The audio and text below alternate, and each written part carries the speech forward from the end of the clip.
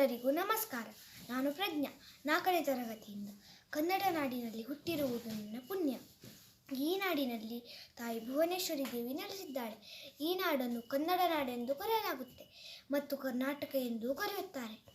ಈ ನಾಡಿನ ರಾಜಧಾನಿಯು ಬೆಂಗಳೂರು ಆಗಿದೆ. ಇದನ್ನು ಮೊದಲು ಬೆಂದಕಾಳೂರು ಎಂದು ಕರೆಯುತ್ತಿದ್ದರು. ನಮ್ಮ ಕನ್ನಡ ನಾಡು ಸುಂದರವಾಗಿದೆ. ಈ ನಾಡು ಹಸಿರು ಸಮೃದ್ಧಿಯಿಂದ ಕಂಗೊಳಿಸುತ್ತಿದೆ. ಈ ಶ್ರೇಷ್ಠ ನಾಡಿನಲ್ಲಿ ಹಲವಾರು ಕವಿಗಳು ಹಾಗೂ ಹಲವಾರು ಮಹಾನ್ ವ್ಯಕ್ತಿಗಳು ಜನ್ಮ ತಾಳಿದ್ದಾರೆ ಮತ್ತು ಈ ನಾಡಿಗೆ ಶ್ರೀಗಂಧದ ನಾಡು ಎಂದು ಕರೆಯುತ್ತೆ.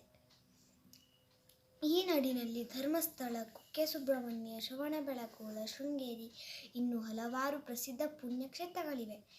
ಇವುಗಳಲ್ಲೊಂದಾದ ನಮ್ಮೂರಿನ ಶಿರಸಿ ಶ್ರೀ ಮಾರಿಕಾಂಬಾ ದೇವಸ್ಥಾನವೂ ಒಂದಾಗಿದೆ. ಜೋಗ ಜಲಪಾತ, ನಂದಿ ಬೆಟ್ಟ, ಮೈಸೂರು ಚಾಮುಂಡಿ ಇನ್ನೂ ಹಲವಾರು ಪ್ರವಾಸಿ ತಾಣಗಳು ಇವೆ. ಜಲಪಾತಗಳು, ಪ್ರಸಿದ್ಧ ಐತಿಹಾಸಿಕ ಬೆಟ್ಟ ಗುಡ್ಡಗಳಿವೆ. ನಮ್ಮ ಕರ್ನಾಟಕದಲ್ಲಿ ಹಲವಾರು ರಾಜಮನೆತನಗಳ ಹಿಂದೆ ಆಳುತ್ತಿದ್ದರು.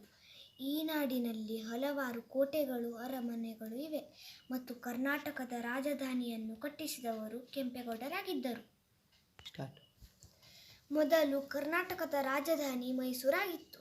ಕರ್ನಾಟಕದ ಜನಸಂಖ್ಯೆಯಲ್ಲಿ 6ನೇ ಸ್ಥಾನವನ್ನು ಪಡೆದಿದೆ. ನಮ್ಮ ನಾಡಿನ ನಾಡಗೀತೆಯು ನಮ್ಮ ನಾಡಿನ ಎಲ್ಲ ವಿಶೇಷತೆ ಹಾಗೂ ನಾಡಿನ ಸಮೃದ್ಧಿ ಬಗ್ಗೆ ತಿಳಿಸುತ್ತದೆ. ಇದನ್ನು ನಮ್ಮ ನಾಡಿನ ರಾಷ್ಟ್ರಕವಿ ಕುವೆಂಪು ಅವರು ಬರೆದಿದ್ದಾರೆ. ನಮ್ಮ ನಾಡು ಹಲವು ದವಸ ಧಾನ್ಯದಿಂದ ತುಂಬಿದೆ. ಇಲ್ಲಿ ಎಲ್ಲ ರೀತಿಯ ಹಲವಾರು ಬೆಳೆಗಳನ್ನು ಬೆಳೆಯುತ್ತಾರೆ.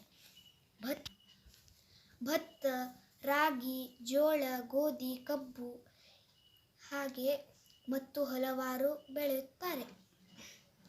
ಈ ನಾಡಿನಲ್ಲಿ ಭೂಗರ್ಭದಿಂದ ಹಲವಾರು ಖನಿಜಗಳನ್ನು ತೆಗೆಯುತ್ತಾರೆ.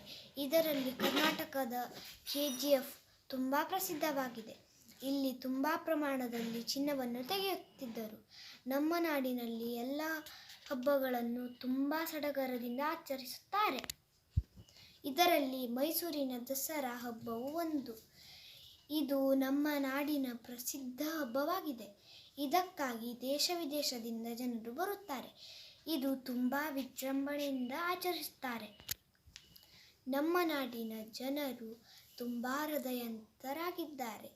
ಎಲ್ಲರೂ ನಮ್ಮ ನಾಡನ್ನು ಗೌರವಿಸುತ್ತಾರೆ. ನಾನು ಈ ನಾಡಿನಲ್ಲಿ ಹುಟ್ಟಿರುವುದು ನನ್ನ ಸೌಭಾಗ್ಯವಾಗಿದೆ. ಈ ನಾಡಿನಲ್ಲಿ ಹುಟ್ಟಿರುವುದಕ್ಕೆ ನನ್ನ ಪುಣ್ಯ. ಧನ್ಯನಾದೆ. ಜೈ ಹಿಂದ್, ಜೈ ಕರ್ನಾಟಕ.